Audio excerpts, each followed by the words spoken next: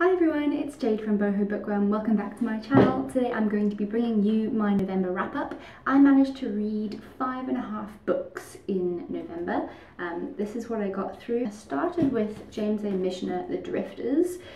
I really didn't enjoy this book. It was really highly recommended to me. I got told because I love to travel that I would really love this book. And really slow paced and just boring. Didn't enjoy that one.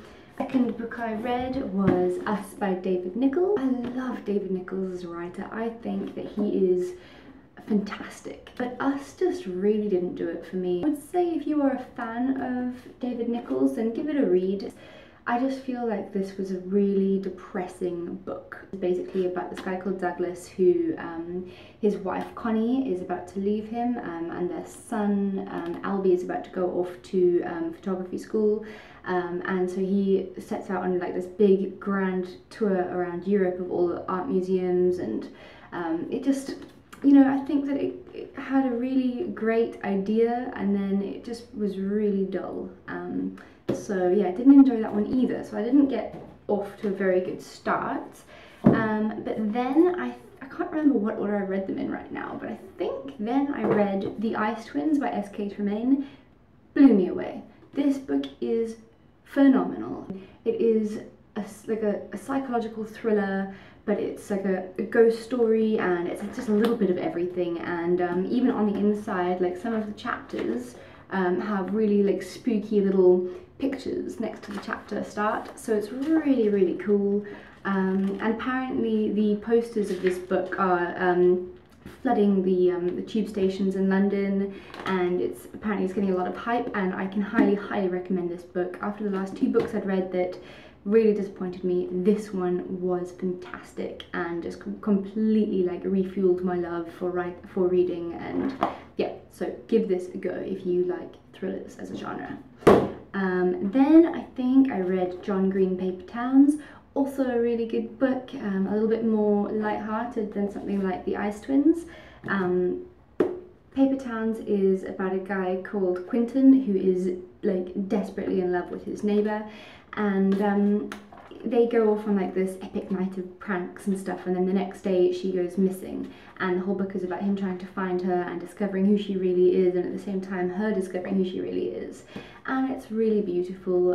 I don't think John Green can ever go wrong. I am so excited to see this get turned into the movie now. I haven't seen it yet, so don't spoil it for me guys, I'm so excited. But yeah, so this is fantastic. Then Penguin South Africa contacted me, and they are hosting a giveaway for the sequel to Me Before You by Jojo Moyes. It's called After You. So I entered, and I don't know if I've won yet. You know, I don't win things very often. Like if I do, then I might as well have read this one first. Can't believe that I had not read this yet. It blew my mind how beautiful it was. And when I Instagrammed like that I'm busy reading it, I got so many wonderful comments from people saying how amazing it is. So I was really looking forward to it, and my family and friends said, okay, get the tissues ready, Jade. It's going to make you cry, and it really did. It is just the most beautiful story, heartbreaking but uplifting and sad, and it captured my heart. And I've also been reading Trudi, Canavan, The Magician's Guild. I have not read sci-fi and fantasy before. It's not a genre I've ever really gotten into. I mean, obviously I've read the Twilight series and Harry Potter, but besides that I've never really gotten into fantasy. So I decided, because BookTube seems to have this massive hype about it, that I was gonna give it a go and see what it's all about. And so my sister-in-law gave me this book to start out with, and I am that far in it now.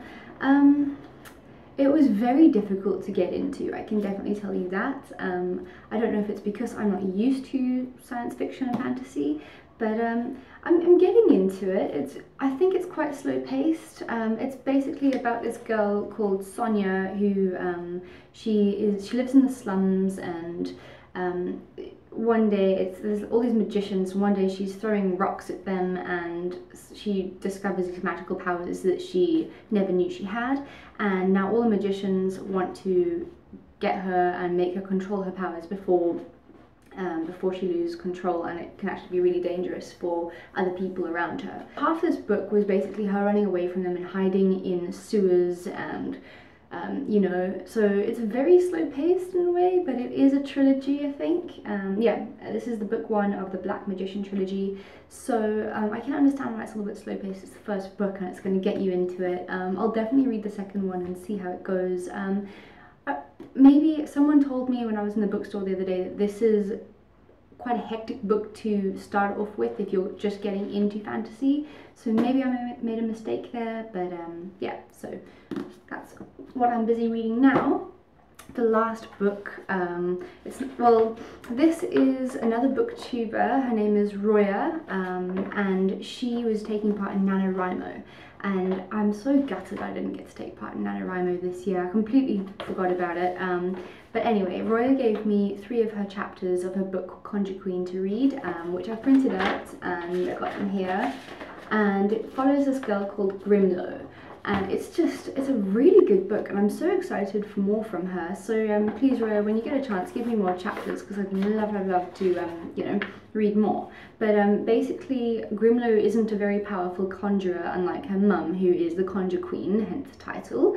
And Grillo has a sister who's like constantly tormenting her and just like belittles her all the time, so there's some like big sibling rivalry, and also the sibling rivalry because only one of the 2 daughters is going to get to become the next Conjure Queen, so that's pretty cool. And they both have different fathers, and Grimlo's father is about to go off to war, and the book basically opens with Grillo trying to get this like talisman to absorb energy, so it's going to protect him in the war. And yeah, it's got really good dialogue, it's very interesting, and that to me is a much better fantasy read than this. So well done, Roya. I'm so excited for more, and just keep writing because your words are great, you're a great writer, and I think you're going to go very far. Yep, so that is what I read this month, guys. Looking forward to seeing all of your November wrap-ups, and I have so many books to read in December. I went on a massive book haul, which I'll be uploading soon. Yeah, so have a great day further, and I'll chat to you later. Bye!